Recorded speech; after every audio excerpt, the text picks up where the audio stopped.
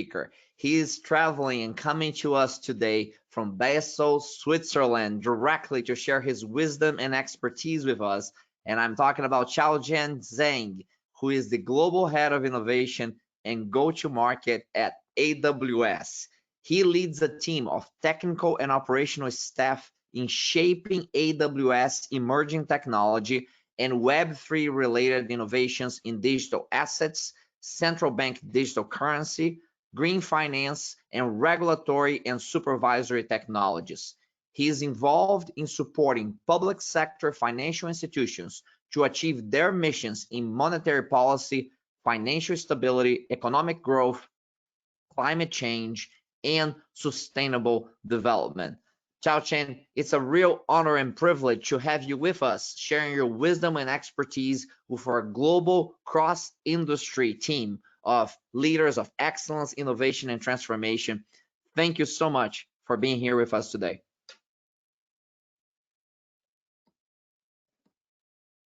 Thank you, and thank you for the great introduction. And my name is Xiaochen Jiang, and as what was mentioned, that I'm the global head of innovation and go-to-market at AWS. And today, I'd like to just share with you some thoughts around how to leverage emerging technologies to help business transformation and maintaining the operational excellence in the financial service industry. And we have been working with many of our customers in the past several years while I'm in AWS, and they are, their operational reality is changing.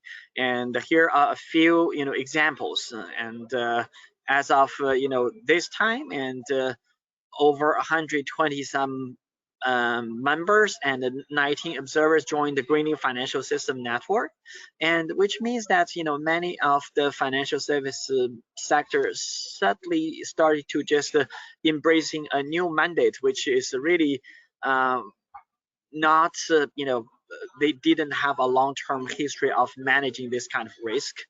And more than 114 countries representing 95% of global GDP are exploring a central bank digital currency. And as you can see, that's if that's changing from the current early exploration to really just becoming a mainstream, where that's if digital currency becoming the main currency running the whole economy. And as you can see, that's the financial service industry will just really have a totally new, different role in the financial system. They need to, define what role they can play, and then how they can maintain to be relevant, and also to just add value serving their customers. Around 80% of central banks discussing the topic of big data formally, and many of them, according to this year's survey that BIS just did, and where that's central bank believe 100% financial service industry are leveraging big data now. As you can see, that these are the trends which are just really changing how the financial services are being delivered to their customers. And in that, the biggest question for financial service industry, including both public and the private sector, are really this: how does the whole new reality will impact their business transformation and operational excellence of our financial system. And here are a number of core areas which are really important in this to answering this question. And because of the reality change, where that's financial service industry are required to managing the new climate change related risk, in addition to the existing financial risks. These risks include aligning their investment portfolio with ESG, and mobilizing more green finance or sustainable finance, and participating in the carbon market, and also just managing climate related physical transition risks. And the second piece is that we talked a little bit about the central bank digital currency, tokenized deposit, and all that. So many physical assets are going to be tokenized or digitalized in that way.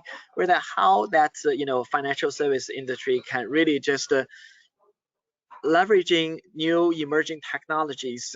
Number one, to just address the current frictions within the financial system in managing assets, and of course also harvest the opportunity coming along with it, and then to make sure that the existing system can really embracing the future-proof type of payment monetary management system, which are really important to just keep the financial system stable and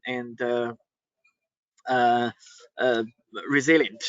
And the third piece is around how to manage stakeholders, and with introduction of robotic and metaverse and other emerging technologies, and where that many financial service industry really have the opportunity to reinvent their customer experience. And that's a lot of the especially the Gen G that they are serving, where many of the customers really demanding them to just looking at or receiving service in a totally different way, where that they want to participate, they want to just get answer now, they want to just have really more immersed in their service process. So that can be a new opportunity, but can also be a challenge as well. Last but not least, that in the digital age, naturally that data is really an asset. Asset is not only for the financial service provider, but also an asset for the the customers in themselves, and how to balance that. And then for a financial service industry, and then through data management, and how can they just transform themselves to becoming a modern a data-driven modern organization. And that those are really the core concerns or core impact which the new reality brings to the financial industry.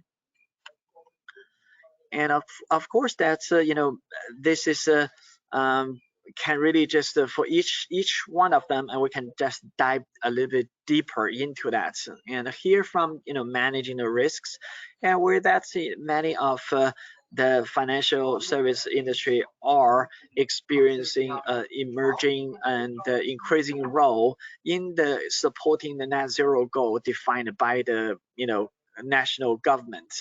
And many of the governments have already agreed to just have by 2030 or by a certain date to make the whole economy to be carbon neutral. And then that is going to or have already been translated into industry practice and within financial service industry, and then they do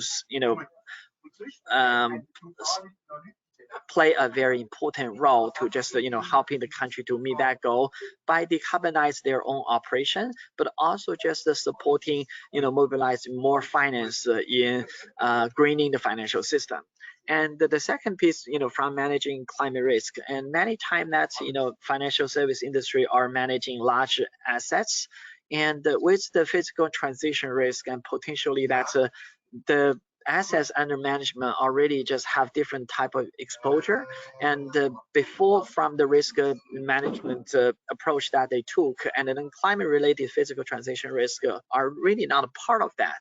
And that's in the future, if for example now in your portfolio 80% of your assets are really brown assets, where that the value can just decrease by, for example, 80%, 90%, or 99%, and then naturally that's the total value of the assets will becoming very different from what's you are managing now. Those kind of risks really are beyond one single organization's control. So how can just internalize that risk management approach into the operation, make sure that operation really responding to that is really critical.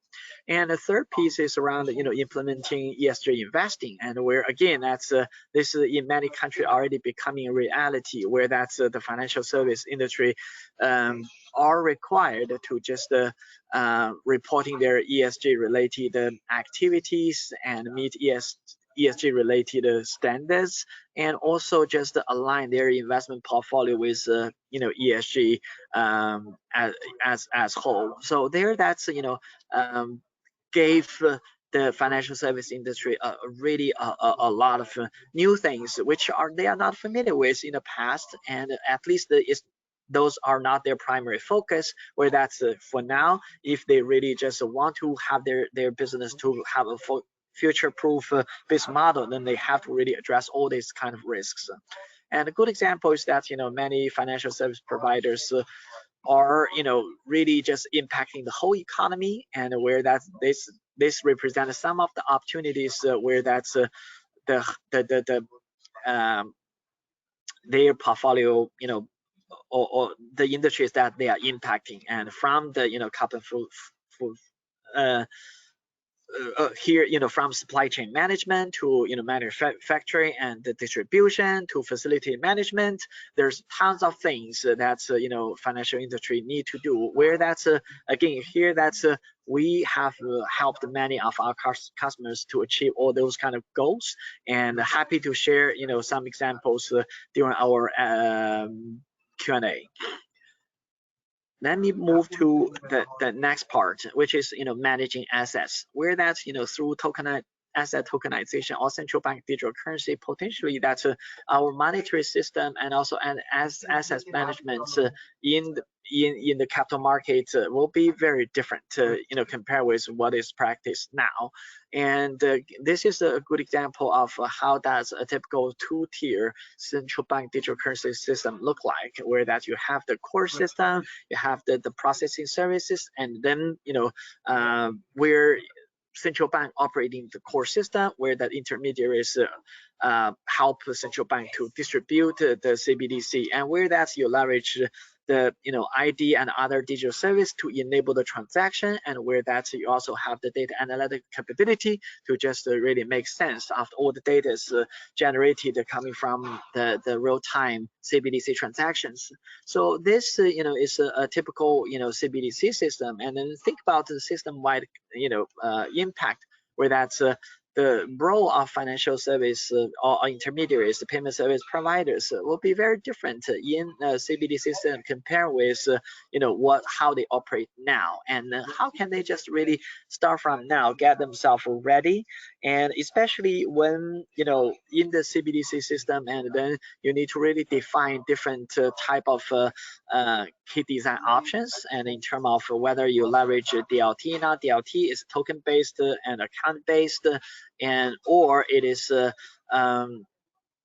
giving the final user a lot of privacy or limited privacy and all that. There are a lot of decision making there from the central bank side, but how commercial sector can really just also get themselves ready, and then to play a role, which is helping them to distribute or reinventing, leveraging the CBDC system to reinventing their existing business models, and that again translates into a lot of new opportunities and also new challenges. And the reason why CBDC digital asset becoming important, and we have to go back to the emerging technology topic that we are focusing today, where that's without Bitcoin, and we potentially will not be here talking about central bank digital currency or digital asset.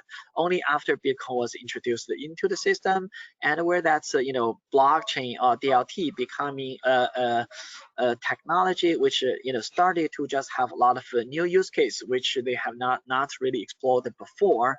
and where that's, of course, that's from the DLT or blockchain, that's it really can deliver different type of use cases. And here I listed a number of them, no matter it's it's digital currency that we have talked about, or tokenizing assets, or you leveraging blockchain to provide a new digital identity, or distributed identity, or credential system, or through smart contract to just reinventing the process automation, and or just through the DLT to create a traceability, where that's you have every player in the supply chain have visibility of what's going on, of all the transactions that they involved in, and then address the cost and trust related issue within the supply chain. So all of them really just give financial institutions some new capability to just managing their whole operation. But in the meantime, this also introduced a lot of new risks, where that if their counterpart, no matter we talk about central bank or financial regulators, or we talk about other settlement provider or clearing provider, or it's other intermediary services, where that then they have to really just be able to look into what are the changes from the system, and then to get themselves ready and prepared, and in terms of no matter it's acceptance or adoption or API connection, and where that's they do need to just get themselves prepared in that capability. And let's move on to the next topic around managing data. And of course, that's we all know that the financial service industry is really a very unique industry, where that's every transaction is could just generate new data, and where that's a financial institution in general have a lot of data. And as you can see, before the emerging technology really play a role in the financial service industry, and where that many of those data just are generated, are wasted, and which it doesn't really contributing to any of the decision making or business operation, where that's now with for example cloud computing, with DLT, with AI machine learning, and where that's all this data becoming very important in terms of helping the business to transform and also improve their operational excellence. Where that's here are a number of ways how the organization can change to becoming having a modern data strategy, where that's if the data are really just managed in ways in silos, where that's how to leveraging emerging technology, cloud, to just unify your data and bring them together, no matter in a data warehouse or in a data lake, where that you have really all the data in one place, where that you have visibility of what's going on. And of course, modernize your data infrastructure to scalable, trusted, and secure cloud provider is really critical, where that's many of those services, we are not talking about only hosting the data, and many of the tools which are really essential for the organization CIO to understand the resilience and the operational health of the organization, where that's those tools are not available if you just don't have a modern data infrastructure. And then one example is that we as AWS offer more than 200 some services, and those services are really the building blocks or the Lego blocks, where that's where that's the either through a third-party partner or just the IT department in the financial service industry can really just put these Lego blocks together, and where that's then can help them really having a scalable, trusted, and secure data operation environment, and then that can drive operational excellence. And last but not least, really just innovate by intervening new experience and reimagine existing processes. And as we discussed earlier, and where that's a future-oriented financial service provider, where that's one thing you know is that or one thing is not changing is that everything is changing. So that's your operating environment, where that's how to really just leverage the data to understand the customer, to understand the market trend, to also just tap into the broader data beyond the control of this one organization, having better insights, and then based all that on all those insights, then to reinventing your services, and also to just generate new business value, to create a new process, and then which just make you becoming more competitive. So that you do need to just have the service or solutions providing you the right toolkits to help you to innovate. So that is essential as a part of a modern organization. And of course that's this is one of the examples where that's when you really want to make sense of the data and take advantage of the data as an organization, where that's there are many different type of challenges that an organization may face, where that's from the left side that you can see that from sourcing and purchasing data, and many times that you for one complex economic model, you probably need to have, for example, 50, even 100 different type of data source. And if one data source is operated or owned by one vendor, you potentially need to, as a procurement officer, you may need to just really go through 50, 100 different type of procurement process and follow different rules. And then when you just bring all the data back, and this data can be just from different formats, and the cost of this could be really unaffordable, or so there are tons of issues there. And then one thing how we address that is really helping through our AWS data exchange, where that we address all that data onboarding procurement related challenge, where that you log into your AWS console and access all the data, procure all the data from one place. And cleaning, processing, and integrate data is also another very important piece of that, where that's after you have the data, and then you want to just make them, no matter they are structured or unstructured data, you want to just put them later into your models, but how to clean them, and that itself could be just really time consuming, high cost, and then make it preventative from just an organization to innovate. So here again, that's we talked about some of our AWS services can be really leveraged in just cleaning, translating, and processing, and interpret different data sources, and then make it as the type of data pipeline where that's really prepared for your future steps when you just make analytics or build your score models. And here that's the third piece, that's after you have all the data cleaned and you put them together into one place, you do need to really just having them to just give you the right insights, and where that you need your data to be your AI machine learning model to be trained. And again, training AI is high cost and require a lot of expertise, and many times that's as one organization just don't have that. So this is for ESG specifically, that's and also for many other use cases, we already have AWS trained AI model, and where that's you can just directly bring those models into your larger model design, and then where that's you can create your own scoring system, give you the right type of insights.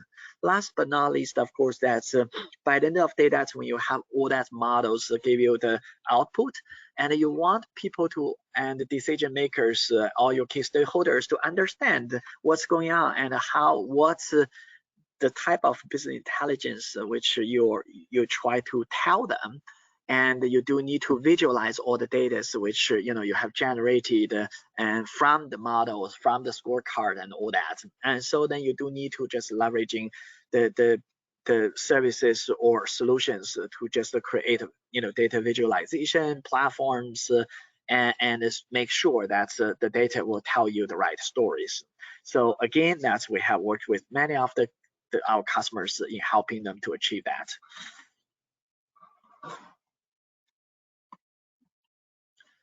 And last but not least, I'd like to just spend a little time about managing stakeholders. And good example is that many already know that the chat box or digital channel in the past was not an option, where that's many of the onboarding process for financial service related customers was really time consuming, and also it was preventative for many customers to go through that process and with a lot of pains.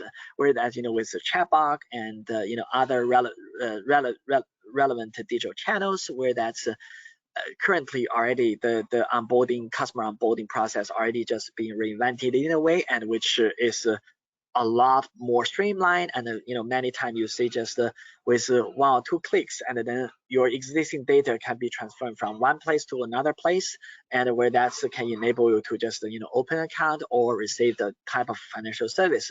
That itself just make the customer experience enhance the customer experience dramatically compared with what they experienced in the past. And of course, that's as many of the larger financial institutions, you also want to really just open up your system and then engaging with innovators, because a lot of time that's financial industry in general is a little bit more conservative in that sense, and it's rightly so, because you don't want your financial service industry be the most risk taking industry, where that's your money is not managed in the best way. So then as a financial industry is a little bit more conservative, naturally that's it's a little bit inward facing, and how to just while protect your customers, protect your business, while still just be able to riding with the emerging technology, and then create a better service, a better experience for your customer. You do need to just open up to the innovator or entrepreneur ecosystem to get the better idea, the most forward-looking ideas or solutions into your system, and then naturally you potentially need to just leveraging an open innovation system, where that's how to put the environment together, where that's the data sharing, the tool sharing, the use case sharing can also all just be in one place, where also the earlier lesson learned from the early experiment or innovation can also be just leveraged in for the organization to prepare future innovations. In that you have all the cost you have bore for this innovation can really just be shared with the broader future innovations which are going to bring additional market or value to the company or to the organization. So in that it's a very important, where that you can open up the or having engaging with innovators in that way. And of course that's the introduction of VR, AR, and also metaverse, or naturally just also this bring financial institutions a new opportunity, where that's they can just really provide more authentic more streamlined services in the metaverse, in the digital world, where that's naturally there that you can create a lot of additional benefits which you may not be able to provide in the physical world with that kind of cost. That can just again becoming the new incentive or new program, which can just help you to onboard a lot more customers and all that. Of course, the metaverse and also AR, VR are being also used in other use cases beyond this. So these are some of the examples where that's definitely that's the future of finance are in the process, where that's many of the organizations need to just put a lot of effort in understanding what's going on, understanding the trend, and design the right option, and to create the right process, and bring in the right solution blocks or the Lego blocks, and to build finally the services and experience that you want your customer to have. And yes, this is just some white paper that we published, and we have a lot of other white papers. Just today, that's we have a new paper called Banking on Cloud, and where that's if you're interested, and I'd be very happy to share with you and after this. And so from after this, there are a number of things that what we are helping, how this is how we help our customers. And again, after this presentation, feel free to reach out to me on LinkedIn or from other channels, and where if you want to just get more information regarding how we help our customers to train their workforce, and then to get their IT department upscale to the level where that they are more comfortable to do innovation related projects, or just to even learn from the working backward process, where this is how Amazon is innovating from in the past 30 years, and where that's how that can be applied in your own situation. Welcome to just reach out to me later. And we also help the customers to engage their innovation ecosystems. And from our, for example, AWS Activate program, where that's if you want to bring your startup institutions into your innovation process, where that's through the Activate program, we provide a lot of tools, resources, and credits and other benefits, help you to just make sure that you have the right resources aligned to help to provide incentive for the innovators to engage with your organization. And from the building piece, that we have different offers like the design lab, builder lab, and all that, a data lab, and also other technical resources help our customers to review your reference architecture, share best practice, and remove your technical roadblocks in building your prototype, and also help you to build your production system as well. Last but not least, that's we also once you already moved to a level where that's the system already just being in operation at a production level for quite long, and but it just doesn't meet your operational excellence, where that's for our AWS well architected framework, we have 6 pillars. Each pillar has best practice, have also use cases where that you can learn, and from the recommendation how to improve each of the pillars, and that include operational excellence as one of the pillar. Of course, that accessibility is a new pillar, and if you want to discuss more, and happy to engage as well. And with that, I think that was my last slide, and here is my information. And if you are interested in learning more or continue conversation, and feel free to reach out to me. And I'd like to just invite our chairman to come back. Thank you.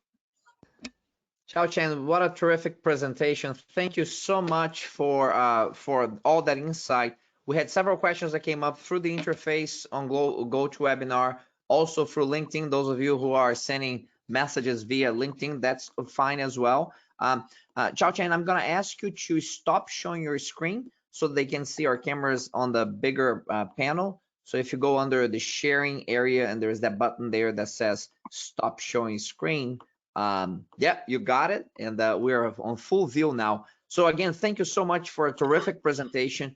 Quite a few questions. I'm gonna get to as many of them as possible. The first question is more of a holistic question on a number of previous presenters talked about the high percentage of failures that organizations are having with digital transformations. They come in with digital transformation full of hope and expectations, but unfortunately, the outcomes fail to deliver the results that they were expecting up front for a lot of different reasons. I'm curious about your experience working across globally, so many different types of organizations and industries. What for you is what is causing so many of these failures, and how can we perhaps avoid so many failures? Yeah, and for from a lot of those successful customer, I think we definitely learned a lot from that, and many times we learned that mostly it's not a technical problem. It's really a non-technical, because from the technical side, that's naturally you can find the right resources, no matter it's from your cloud provider or from your solution partner or you from your HR, workforce development, all that. You can naturally address that, but a lot of them are really, in the non-technical or adaptive nature, where that's with there are a number of successful factors which are important for digital transformation.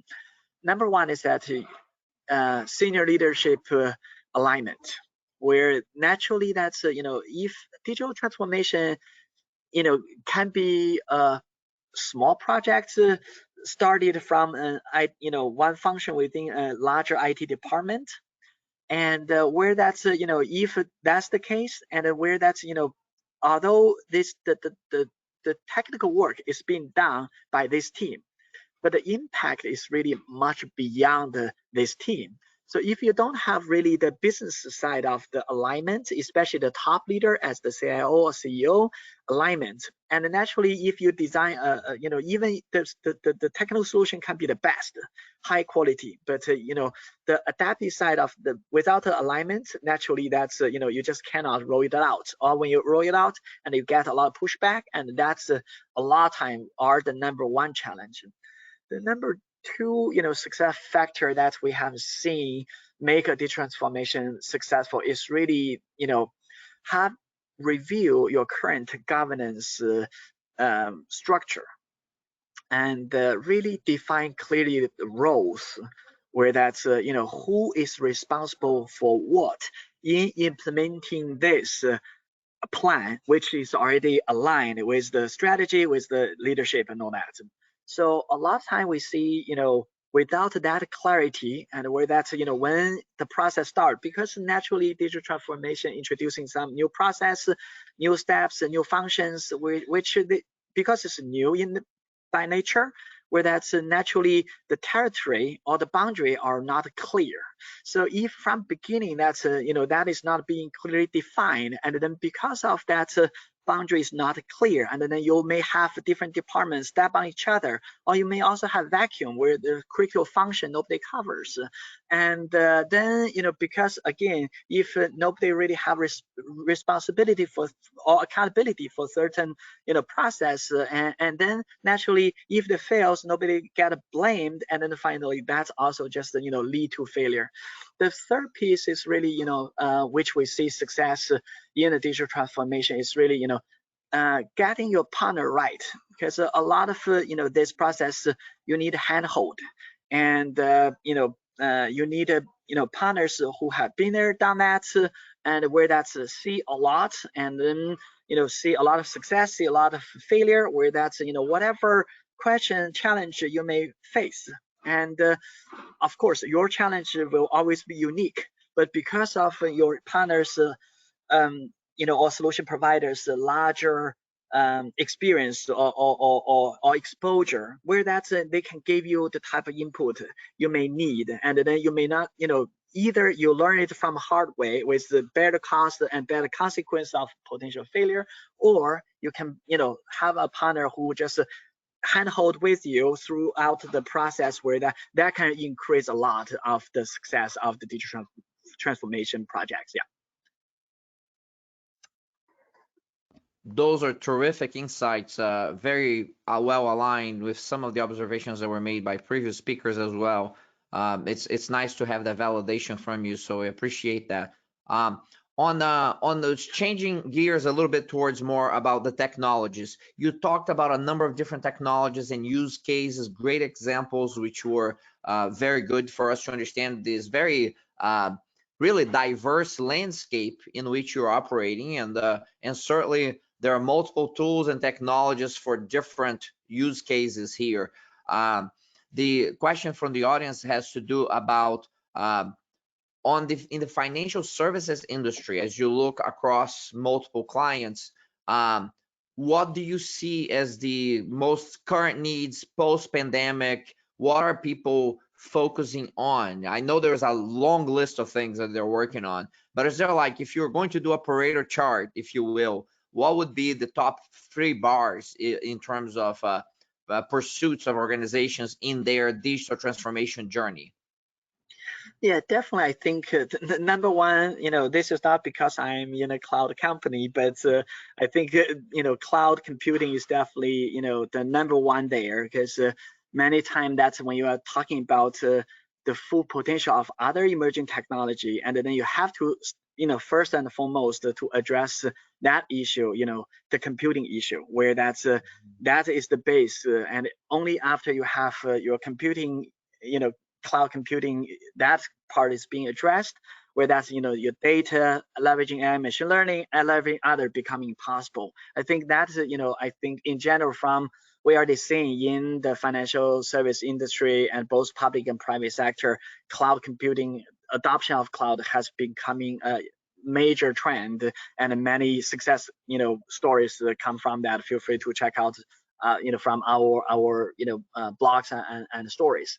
And number two is really around AI machine learning, where that's as you can see in the financial service industry, and this is a service heavy industry, and how to just understand better of your customers and make the right decision, help them to make the right decision, and also how to improve their experience, and also how to reduce cost.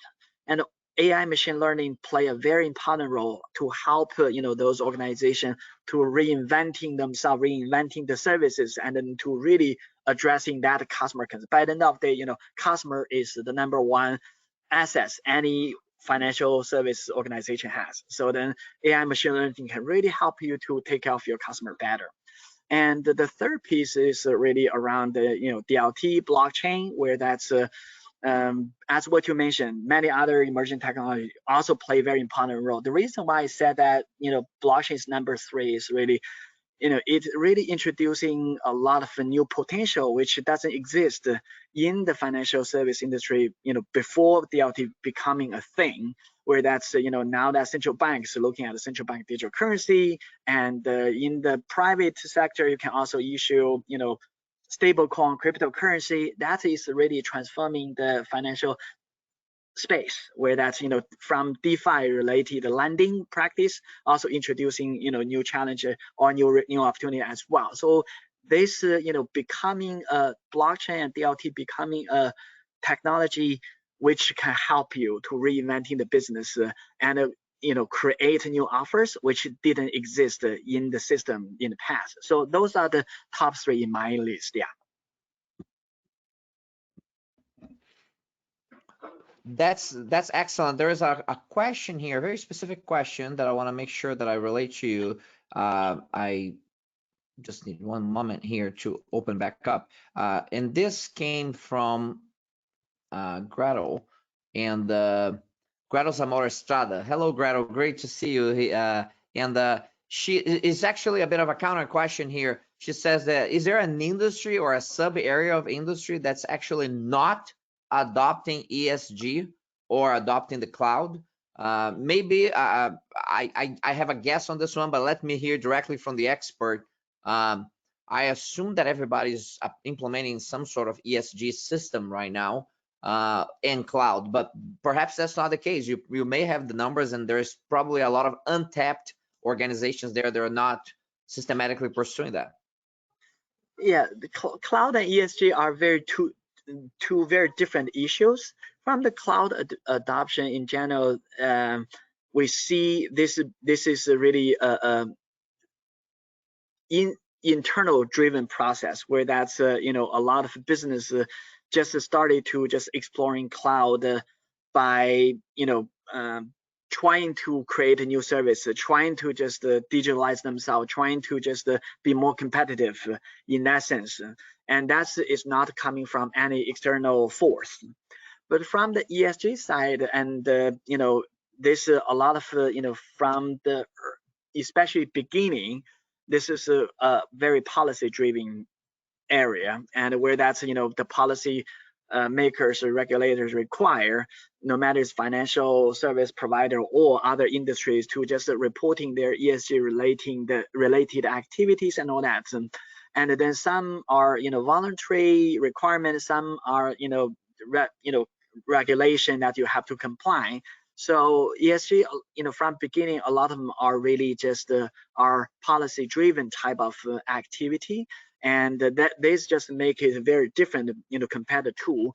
But now ESG, after a long time, and then this is also becoming a very internal driven process, where that's naturally many businesses also starting to see that by aligning their operation model with ESG, and which generate long-term revenue or return for the company, and is aligned with their long-term goal.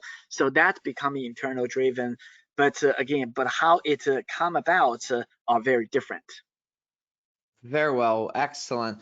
We are on time right now. I would like to say thank you, Charles Chen, so much for sharing your wisdom and expertise with our global audience today of cross-industry leaders of excellence, innovation, and transformation.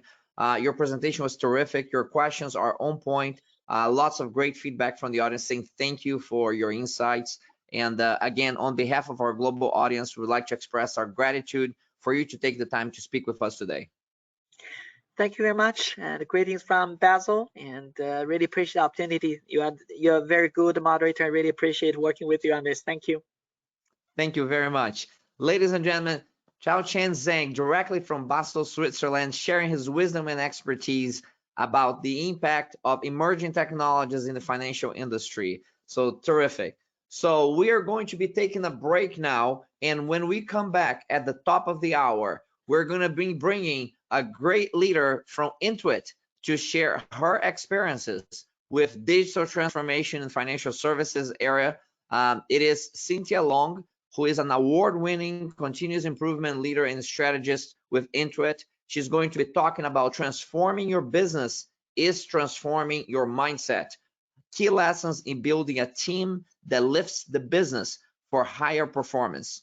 So again, I'll see you back at the top of the hour. In the meantime, remember the post with the BTOES Financial Services Live under my name, Jose Perez, on LinkedIn, has a hyperlink to each one of our speakers. You can connect directly with them. Please say thank you to the speakers. Please say thank you to our sponsors. Like and share that post as a token of appreciation for them to allow us to reach this global community at no cost. And remember that because you're a registered participant, you have access to all of the recordings of these sessions a couple of weeks after the conference is completed. So for now, take a break. I'll see you back at the top of the hour with the change leader of continuous improvement at Intuit.